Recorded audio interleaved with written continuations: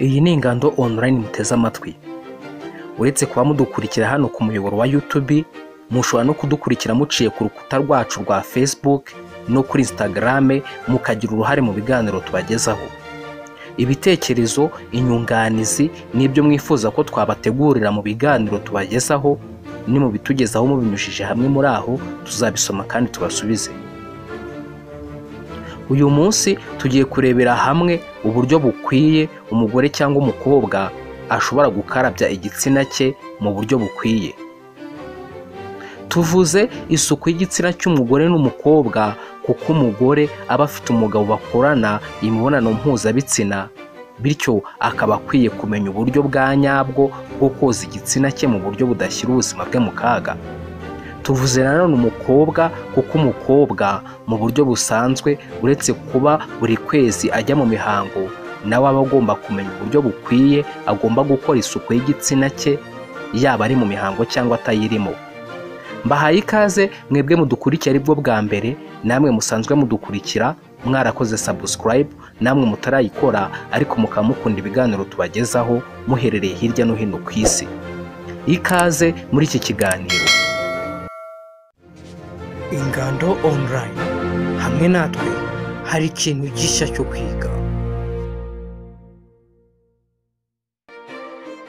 Isuku ni isoko y'ubuzima. Niyo mpamvu iyo tutitaye kuri yo dushobora kurwara indwara ziturutse ku kugira isuku nke. Twese tubwirwa kugira isuku muri byose: gukaraba amazi meza n'isabune mbere yo gufata amafunguro, gukaraba amazi meza n'isabune nyuma yo kuva mu bwiherero, gukaraba amazi meza n'isabune mbere yo konsa umwana ku bafite abana bonsa, kwita ku isuku y'ibyo duteguriramo amafunguro n'ibyo tuyariraho, no kwita ku byo tuyabikamo, no kwita ku isuku y'aho tuyabika n'aho dutegurira amafunguro. Dushishikarizwa kandi kwita ku isuku y'amazi tunywa n'ibikoresho tuyabikamo, hakiyongeraho no kuba tugomba kwita ku isuku y'amazi tubamo, tukayakubura cyangwa tukayakoropa. Ibyo bikiyongeraho kuba tugomba no kwita ku isuku y'imyenda twambara. Impuguke mu by'ubuzima zivuga ko turamutse dushoboye kubungabunga isuku y'ibintu bitandukanye, byaturinda ku rugero ruri hejuru ya 60% by'indwara zose turwara. Urebye isuku ni ngombwa kandi isuku ikora ahantu hose. Nk'uko twabivuze haraguru, twavuze ko muri iki kiganiro tugiye kurebera hamwe uburyo bukwiye bwo gusukura imyanya ndangagitsina y'umugore cyangwa umukobwa. Mu kureba ibi uko bikorwa mu buryo bukwiye, turabigabanyamo uburyo bubiri. Uburyo bwa mbere ni ukureba uko iyo suku yakorwa mu gihe umuntu arangije gukora imibonano mpuzabitsina, no kureba uburyo bwo kuyikoramo mu gihe nta mibonano yabayeho. Reka duhere ku buryo bwo kwisukuramo mu gihe nta mibonano yabayeho. Bitewe n'imiterere y'umubiri wacu, ibice bigize imyanya ndangagitsina biherereye ahantu hasohokera ibyuya byinshi ku mubiri wacu. Ahandi hantu hatari ku myanya ndangagitsina hasohokera ibyuya byinshi ni mu kwaha no mu birenge. Hari abantu bamwe bibaza niba imyanya ndangagitsina y'umugore inuka cyangwa igira impumuro runaka. Mu by'ukuri ntabwo imyanya ndangagitsina y'umugore igira impumuro runaka, ntabwo ihumura kandi ntabwo inuka. Icyakora bitewe n'impamvu zitandukanye, hashobora kunuka bitewe n'impamvu z'uburwayi, cyangwa hakanuka biturutse ku mpamvu zo kuhagirira isuku nke, cyangwa hakagira impumuro runaka bitewe n'amavuta umuntu yisiga. Urebye uko aha hantu hateye, hegeranye cyane n'umwanya usohokeramo umwanda ukomeye. Kuba bimeze bitya, igitsina gore kigirwa inama ko mu gihe barangije kwiherera ibikomeye baba bakwiye kwihanaguza impapuro z'isuku zabugenewe, kandi ibyo bigakorwa neza ku buryo bukwiye. Uburyo bukwiye ni uko iyo urangije kwiherera ugomba kwihanagura ujyana inyuma aho kwihanagura uzana imbere. Kwihanagura uzana imbere bishobora guteza uburwayi runaka kubikora, nka za infection zo mu gitsina, ukajya wumva hakuryaryata ukumva ushaka gushimamo imbere. Ikindi umugore cyangwa umukobwa aba agomba kwitaho ni ukumenya uburyo bwiza bwo kwiyogosha ku myanya ndangagitsina. Twavuze ko ku myanya ndangagitsina ari hamwe mu hantu umubiri wacu usohorera ibyuya byinshi iyo turimo kugenda cyangwa turimo gukora imirimo itandukanye.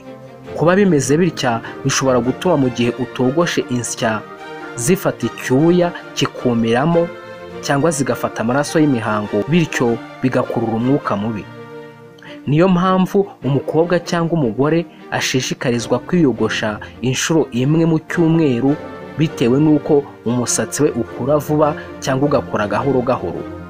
Gusa mu kwiyogosha hari abakoresha uburyo bwa kera butakigezweho, kuko ku bantu benshi butuma barwara ibiheri cyangwa udusebe duto duto ku myanya ndangagitsina. Si byiza ko mu gihe wiyogosha ukoresha urwembe cyangwa akuma kazwi ku izina rya jirete, kuko akenshi gakomeretsa abagakoresha bigatuma bazana ibiheri ku gitsina cyangwa bakazana uduheri duto dutoya cyangwa udusebe duto, cyangwa kakababaza mu bundi buryo. Ibyo biheri cyangwa udusebe tuza urangije kwiyogosha turabangama, kuko dushobora gutuma wumva ushaka gushimaho kabone n'ubwo waba uri mu bantu, cyangwa tukazamo amashyira, cyangwa hajyamo icyuya bikakurya, bikaba ibyayamvungo ngo ni ugushyira umunyu mu gisebe, dore ko mu cyuya nyine haba harimo umunyu. Bitewe n'uko ubyumva n'ubushobozi ufite, aho gukoresha jirete cyangwa urwembe byaba byiza uguze akamashini gato kabugenewe ushobora kwifashisha wogosha ku myanya y'ibanga, kuko ko kadakunze guteza ibyo bibazo tumaze kuvuga haraguru. Byibuze ufite kuva ku mafaranga 8,000 kuzamura, ushobora kubona ako kamashini gakoreshwa n'umuriro, kuko gacagingwa bitewe n'ubwoko waba ushaka gukoresha. Nyuma y'ibi reka turebe uburyo bwiza bwo kuhakaraba noneho. Mu gihe umukobwa cyangwa umugore agiye gukaraba ku myanya ndangagitsina, birabujijwe kuhakarabya amazi n'isabune cyangwa ngo ushake gukoresha uburyo ubwo ari bwo bwose bwo gukaraba mu gitsina mo imbere. Hari abakobwa cyangwa abagore bajya bakaraba bagafata agatambaro bakagatosa bakagakoresha mu kwiyozamo imbere mu gitsina, cyangwa baba barimo koga bagasiga isabune ku gitsina. Ibi ntabwo bikwiye, kuko biri mu biteza za infection nyinshi zitandukanye abagore cyangwa abakobwa. Reka turebe impamvu bidakwiye. Icya mbere ni uko igitsina cy'umugore cy'ubwacyo cyifitiye uburyo karemano cyikoreramo isuku.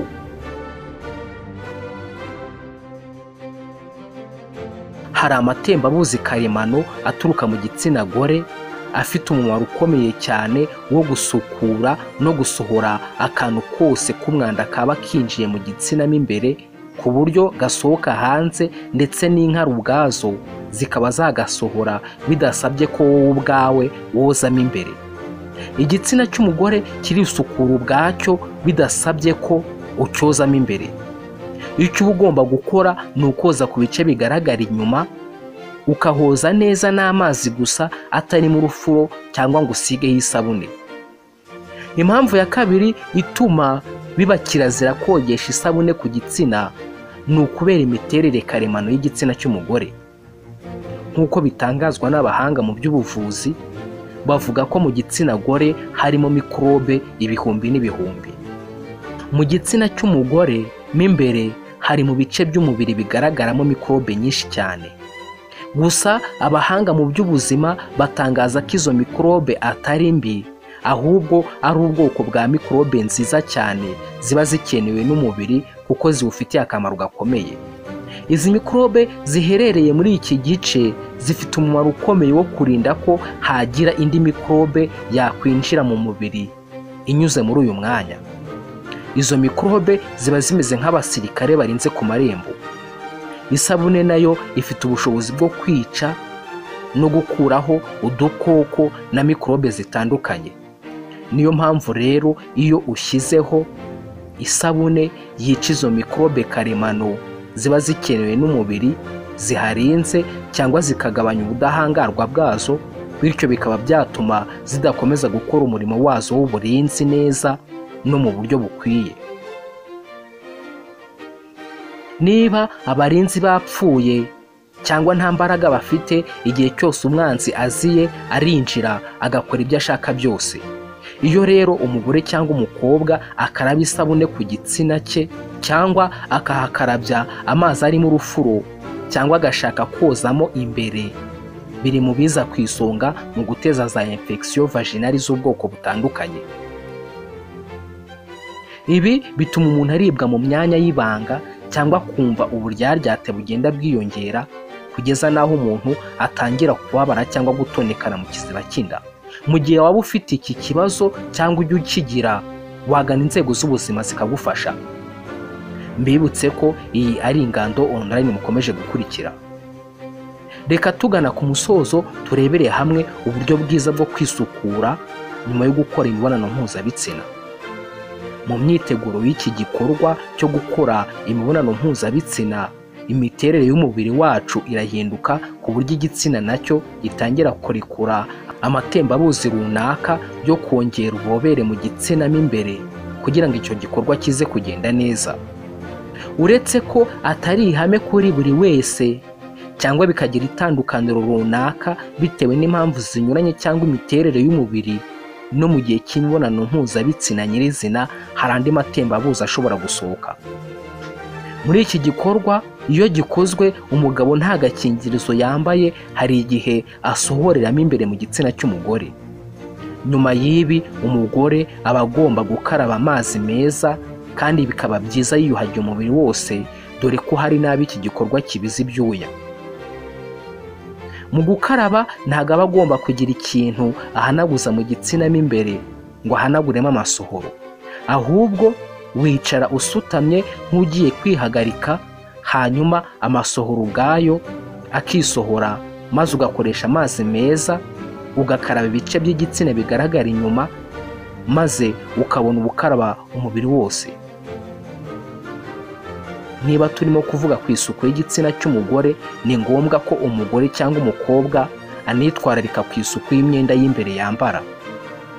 Iyo myenda y'imbere igomba gufurwa mu mazi meza ndetse hagakoreshwa n'isabune, ariko nanone ukibuka kuyunyuguza mu mazi meza byibuze inshuro 3 kugira ngo isabune ishiremo neza, maze ukayanika ku zuba cyangwa yaba imaze gukamuka ukayitera ipasi kandi ukayibika ahantu hatagira ubukonje bukabije.